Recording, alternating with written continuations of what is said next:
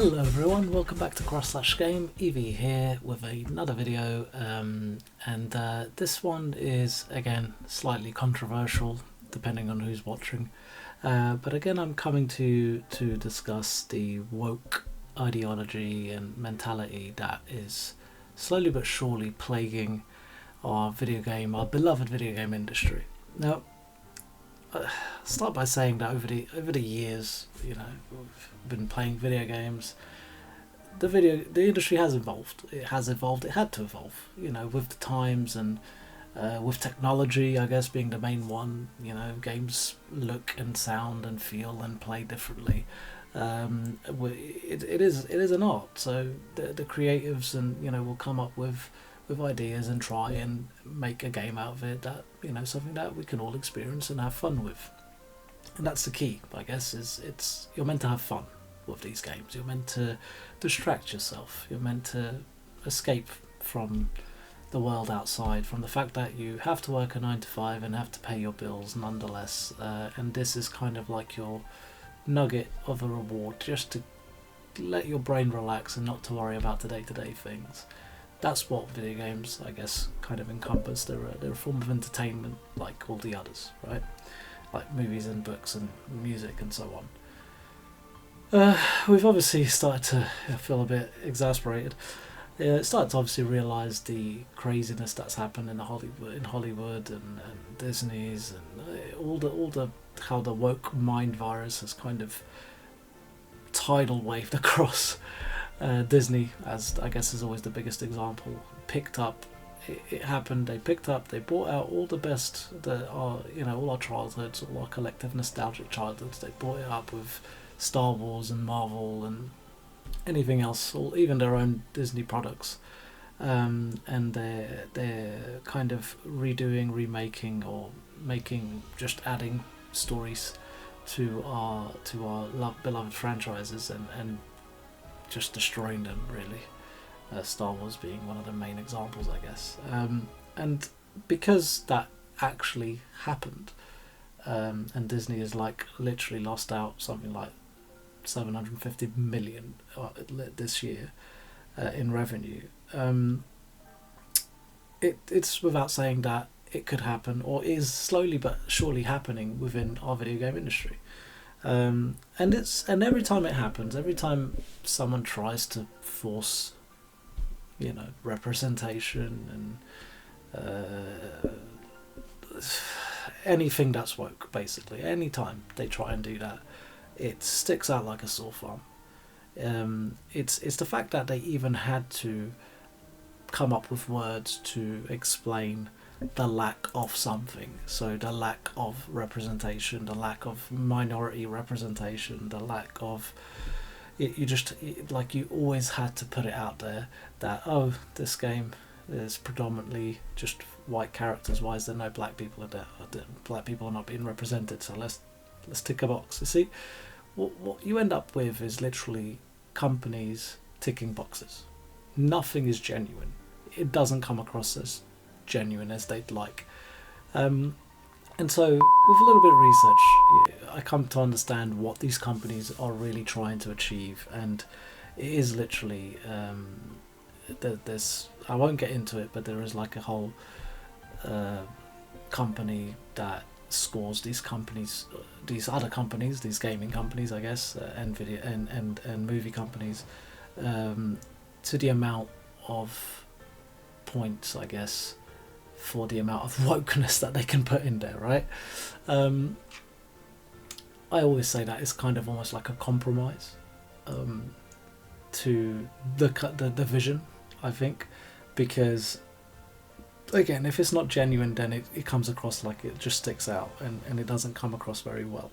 Anyway, I found a company that is kind of slowly responsible for making sure that our beloved video game companies are adhering to this checkbox, this list of check things that they need to do to make sure their game kind of meets the minimum standard of what it is to be slightly woke, I guess. And I've pulled up the ad, the website. I mean, straight away, as soon as you look at this, it's an eyesore. it looks like it was done by a 10-year-old. There's nothing to it. But before I even start reading, these are the clients for this company, Sweet Baby Inc., right? So they've been involved in God of War, Spider-Man 2, Alan Wake, Sable. So they've been involved in these projects, right? So you can rest assured that there is some implementation of some woke rubbish in every of these games. Spider-Man was so obvious, it didn't even make any, it was just so obvious, you know. But here's the clients list: Xbox, EA, Valve, True Love, don't know who they are, Santa Monica Studios, Warner Bros. So basically everyone. Look, Square Enix. How the hell did you get roped into this? They're all here, like 2K, Ubisoft, everyone is here. Is Rockstar in here? Remedy. Okay, I can't see Rockstar. Maybe, just maybe, GTA might be okay. Unless Rockstar falls under one of these banners, which I wouldn't know if they have a different parent company. But anyway, Rocksteady's in there. So yeah, this company, basically, founded in 2018, Sweet Baby Inc. is a narrative development and consultation studio based in Montreal, of course, in Canada, and working around the globe. Our mission is to tell better, more empathetic stories while diversifying and enriching the video games industry. We aim to make games more engaging, more fun, more meaningful, and more inclusive for everyone. Why? Where did you come from? Like, I'm not even going to dig any deeper into this company because I can't be bothered. It's just a waste of time. But the fact that this company is literally its only job, I guess, Square Enix right to the next Final Fantasy. And these guys rock up. Let's have a look then. Show us your high concept and your story bible, and we'll see where we can put some of our stuff in there so you can meet the criteria, I'd say. Just the thought of it is so demoralizing. Like, that these guys actually exist to ruin the industry. Like, these guys are just for video games, from what I can see. Yeah, it's just video games. They don't do anything else. They're not related, that I know of. They're not involved in the movie industry or anything like that. But new and marginalized talent can change this industry if given the proper support. We want to provide this through our outreach programs. So let's check out their approach. Sweet Baby Inc. is an inclusion-focused narrative and consultation. Okay, same thing. Whether you need a fresh pair of eyes or a guiding hand, we're here to work with you. Who made you the experts? Who are you? Who the what is this? We begin with an all-hands review and discussion of the project materials. See, as I just said, everyone at Sweet Baby sees your project and shares their thoughts, feelings, and ideas. Is it like a focus group? Maybe just a bunch of snowflakes in a room. I don't know. And they're like, oh, now we need to, like in Spider-Man, they went, yeah, we need to put a deaf black girl that the player can interact with for God knows how many times and spray paint stuff on a wall, because nothing like that reads more inclusive, representation. It just doesn't make sense. I can't even get my words out of how silly this is. Anyway, we do this because it kicks the project off with a multitude of perspectives, beginning a conversation that ensures that work is richer and more resonant before it's even put to paper. We then create and complete narrative deliverables by keeping the player in mind, with a focus on user experience and emotional design. Rubbish. We aim to consult with honesty, transparency, and a conversational approach to help find the best direction for your project. Is that... I remember before Final Fantasy 16 came out, one that Kotaku, of course, pointed out that the lack of people of colour in the game. Basically, they went, well, Yoshi P, what's going on? There's no other colour people in this game. What are you doing? It's just predominantly white. And the man was like, what the hell are they doing? Like, it literally, the game hadn't come out. It was months before, and Kotaku puts out this piece with this interview, puts the man on a spot with this rubbish. Like, I thought Japan don't have. I guess I always think that this is an American problem, America, Canada, and extending into the UK, and I say it's a problem because none of this isn't the solution to anything. This is just, let's shove this as much as we possibly can. That's what this is, and then hope that no one really notices it. Anyway, I'm probably going to get hate for this video, but it just, I did a video not long ago around how some video game companies made games and they did inclusivity and representation, how they did it and did it properly. It was part of the story. It didn't even feel any different, right? It just felt like Barrett, one of them, great character, so much depth and emotion, and God, I can't even. It's just amazing the character of Barrett, right? And then they put the gay guy in Final Fantasy 16, Dion, great character, very well written, like so much depth and beauty. Didn't even bite an eyelid. Didn't even see it. What it was when it was just there. It was part of the story. It was done properly. Was that your doing? Maybe if it was, sure, fair play to you. Maybe that's one of the few times you've done it right. Sweet baby ink. I don't know. But I just felt that again, if someone is telling you have to do something, then it's not genuine. It doesn't come across very well.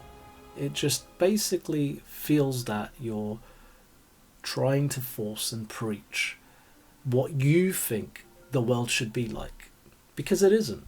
It isn't in the way this isn't normal or natural to just go like it feels like you just choose a medium. So whether movies, so anything for TV or cinema, music or books, whatever, you choose something and you say anything that comes out from now on has to have these boxes ticked. It has to include a certain amount of black people, a certain amount of gay people, a certain amount of trans people, a certain amount, like it feels like you're just ticking boxes. It doesn't, and it's so obvious when you're looking at it, when you're playing it. Spider-Man, the most recent example in my mind, I'm so annoyed by it. It's just, there's no need. Oh, that's the representation of New York. He says, well, it might even be, but I don't. It doesn't make sense. I don't need to see this white guy's saying doesn't need to see himself represented. Well, I don't. It's not why I play video games. Okay, I've been playing video games since I was a kid. None of this existed back then. It was just people were people, and that's it. And if it did, well, it was very much in a low to radar because no one spoke about it. But again, when Barrett showed up on my screen as a tiny block, I was like, this guy's incredible. He's got a gun strapped to his arm. Amazing. I was like, this is good. I like it. I didn't think, oh, well done guys for including a black guy in the game. It's like, if anything, Square even got criticised because he comes across as a typical, stereotypical black guy, and I'm like, this is why we can't have good, nice things, isn't it?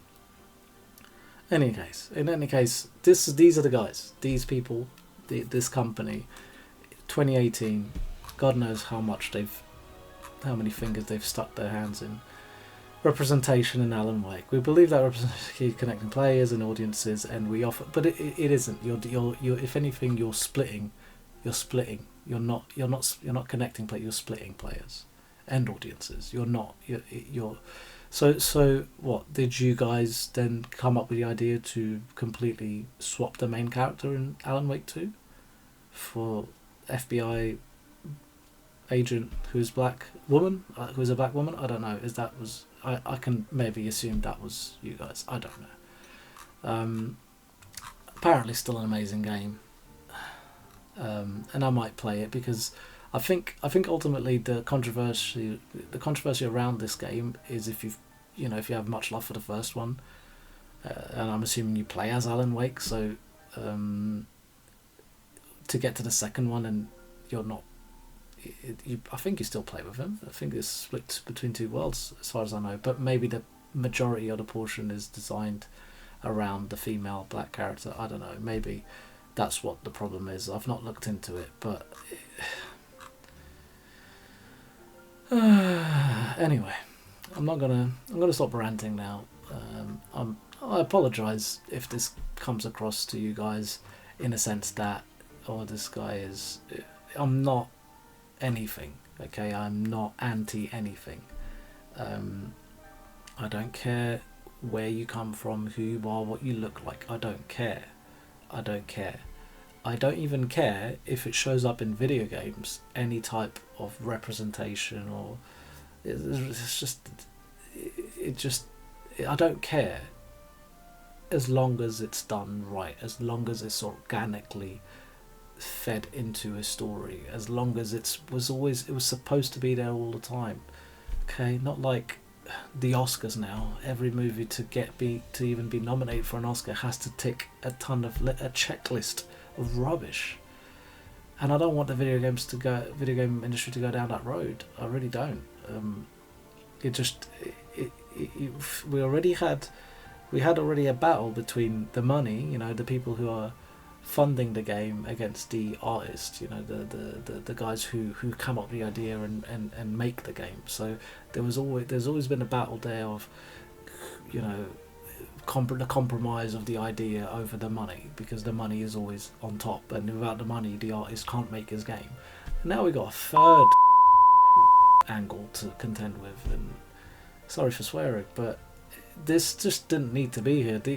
That's just going to push the artist back even further down, because the money's going to go, well, sorry artist, I know you got an amazing idea and this is your budget, but you've got to make sure that your idea now includes all this crap. And it's like, they must get so demoralized being forced to do certain things. That's I don't know. Yoshi P's kind of response when he got questioned by Kotaku, I think, says it all. Go and check it out. I'll put the link in the description below. I'll add it there. And and the comments from the Kotaku journalist, who's just such a moron. Anyway, guys, it's a bit of a downer. It's just my opinion on the topic. That's exactly what this is for, I guess, for me to just let it out, share my opinion. I hope you guys enjoyed the video for what it's worth.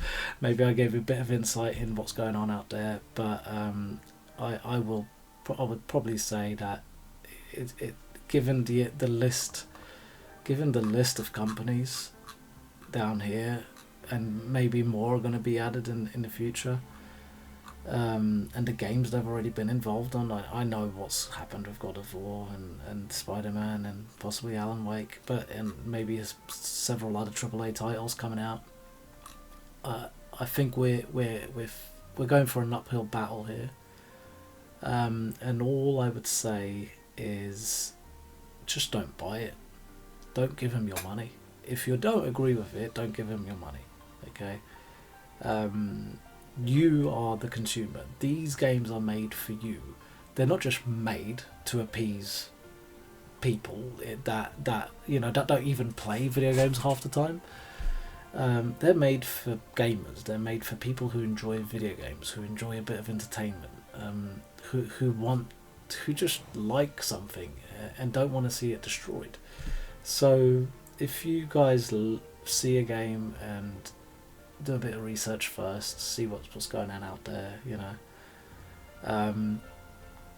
and just don't give them your hard-earned cash, because they're compromising their idea, and they're hoping that you get to swallow all the rubbish they're giving you by buying it. I had people in the comments saying, "Oh, people are still buying Spider-Man 2." Yeah, but we don't know about it. We don't know it's going to be in there when we buy it. We only find out after the fact. If this was all like, oh, by the way, there's this quest, this quest, I can tell you right now, if we knew beforehand, people wouldn't buy it. Okay, in theory, I feel like I'm being tricked into it. Again, representation is cool. I have nothing against any. I have no phobias. I just want my video game industry to produce the content that I enjoy and have been enjoying for most of my adult life and teenage life. Okay, well, I'll leave it as that, guys. Please like this video if you enjoyed what you saw. Dislike otherwise if you didn't. I can imagine this video is going to have a lot of dislikes if the last one ended around this sort of topic is anything to go by. But apart from that, if you support what I've said or you think in the same way, please subscribe to my channel. It'll be great. There'll be more videos as time goes on around this sort of stuff, and where maybe I'll look at how they can do this but do it right. Maybe I'll look at that. Maybe that'll be my next video. In any case, you guys have a great lead up to Christmas, a great lead up to the new year. Once more, please like, share and subscribe. It's really important. Keeps me motivated to keep on going as well. It's kind of like, yeah, it's just amazing to see people support my channel. So I will hopefully be issuing another video this week before Christmas, and then maybe another couple before the end of the year. I'll see you guys next time. Ciao.